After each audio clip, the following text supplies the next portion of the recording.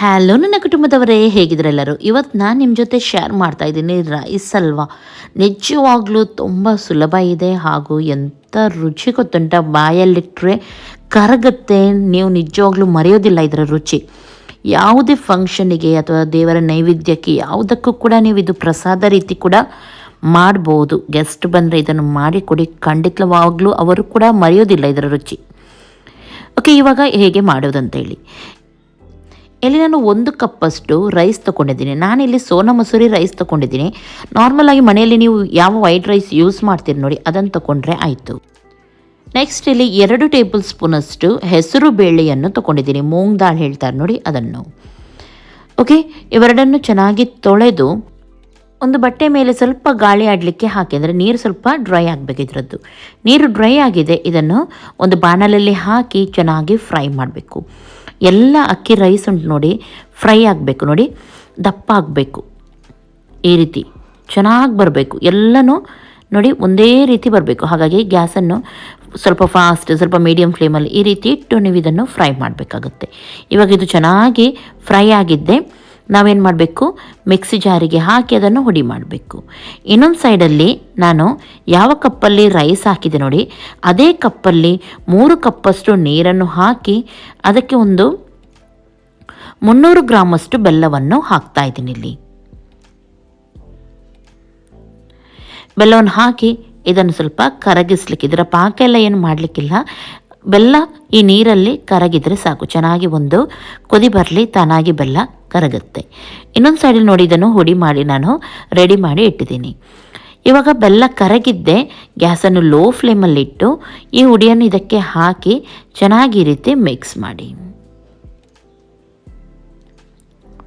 ಒಮ್ಮೆಲೆ ನೀವು ಹುಡಿಯನ್ನು ಹಾಕಿದ ತಕ್ಷಣ ನೀರು ಡ್ರೈ ಆಯಿತು ಅಂತ ಎನಿಸಿದರೆ ನೀವು ಸ್ವಲ್ಪ ನೀರನ್ನು ಆ್ಯಡ್ ಮಾಡ್ಬೋದು. ಯಾಕೆಂದರೆ ಈ ನೀರಲ್ಲಿ ಸ್ವಲ್ಪ ಹೊತ್ತಿದು ಕುದಿಲಿಕ್ಕುಂಟು. ಕೆಲವು ಅಕ್ಕಿ ರೈಸ್ ಉಂಟು ನೋಡಿ, ನೀರನ್ನು ಬೇಗನೆ ಹೀರ್ಕೊಳ್ಳುತ್ತೆ. ಹಾಗಾಗಿ ನಾನು ಹೇಳಿದೆ ನೋಡಿ, ಇಷ್ಟು ನೀರು ಇರಬೇಕು. ಇದರಲ್ಲಿ ಇದು ಕುದಿಬೇಕು ಚೆನ್ನಾಗಿ. ಒಮ್ಮೆಲೆ ಡ್ರೈ ಆಯಿತು ಅಂತ ಎನಿಸಿದರೆ ನೀರನ್ನು ಹಾಕಿ ಚೆನ್ನಾಗಿ ಕುದಿ ಬಂದು ನೋಡಿ, ಇದು ಇವಾಗ ಡ್ರೈ ಆಗಿದೆ ಅಲ್ವಾ, ನೋಡ್ಬೋದು ನೀವು. ಈ ರೀತಿ ಯಾವಾಗ ಬರುತ್ತೆ ನೋಡಿ, ಹೀಗೆ ಬರಬೇಕು.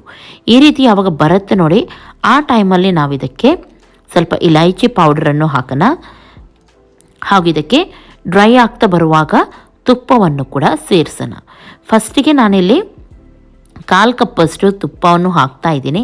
ಆಮೇಲೆ ನೋಡಿಕೊಂಡು ಡ್ರೈ ಆದರೆ ಬೇಕಾದರೆ ಹಾಕ್ಬೋದು. 1/4 ಕಪ್ಪಷ್ಟು ತುಪ್ಪವನ್ನು ಹಾಕಿ ಚೆನ್ನಾಗಿ ಇದನ್ನು ಇನ್ನೂ ಕೂಡ ಡ್ರೈ ಆಗೋವರೆಗೂ ನಾವು ಇದೇ ರೀತಿ ಮಾಡಲಿಕ್ಕುಂಟು. ಕಂಪ್ಲೀಟಾಗಿ ಸ್ವಲ್ಪ ಇದು ಡ್ರೈ ಆಗಬೇಕು. ಸ್ವಲ್ಪ ಹೊತ್ತಲ್ಲೇ ತುಪ್ಪ ಎಲ್ಲ ಹೀರ್ಕೊಳ್ಳುತ್ತೆ ನೋಡಿ. ಆವಾಗ ನೀವು 1 ಚಮಚದಷ್ಟು ಬೇಕಿದ್ರೆ ಎಕ್ಸ್ಟ್ರಾ ತುಪ್ಪವನ್ನು ಹಾಕ್ಬೋದು. ಚೆನ್ನಾಗಿದನ್ನು ಮಿಕ್ಸ್ ಮಾಡ್ತಾನೆ ಹೋಗಿ. ಸ್ವಲ್ಪ ಹೊತ್ತಲ್ಲಿ ತುಪ್ಪ ಬಿಡಲಿಕ್ಕೆ ಸ್ಟಾರ್ಟ್ ಆಗುತ್ತೆ. ಆಮೇಲೆ ನೀವು ಇದನ್ನು ಸರ್ವ್ ಮಾಡಿದರೆ ಆಯಿತು. ನೋಡಿ, ಇಲ್ಲಿ ತುಪ್ಪ ತುಂಬ ಡ್ರೈ ಅಂತ ಎನಿಸುವಾಗ ನಾನು 1 ಚಮಚದಷ್ಟು ತುಪ್ಪವನ್ನು ಇಲ್ಲಿ ಆ್ಯಡ್ ಮಾಡ್ತಾ ಇದ್ದೀನಿ. ಟೋಟಲ್ ಆಗಿ ನಾನು 3 ಚಮಚದಷ್ಟು ಎಕ್ಸ್ಟ್ರಾ ತುಪ್ಪವನ್ನು ಹಾಕಿದ್ದೀನಿ ಸಣ್ಣ ಚಮಚದಲ್ಲಿ. ಸ್ವಲ್ಪ ಇದು ಡ್ರೈ ಆಗಿ ತಳದಿಂದ ಕರೆಕ್ಟಾಗಿ ಎದ್ದು ಬರಬೇಕಿದು.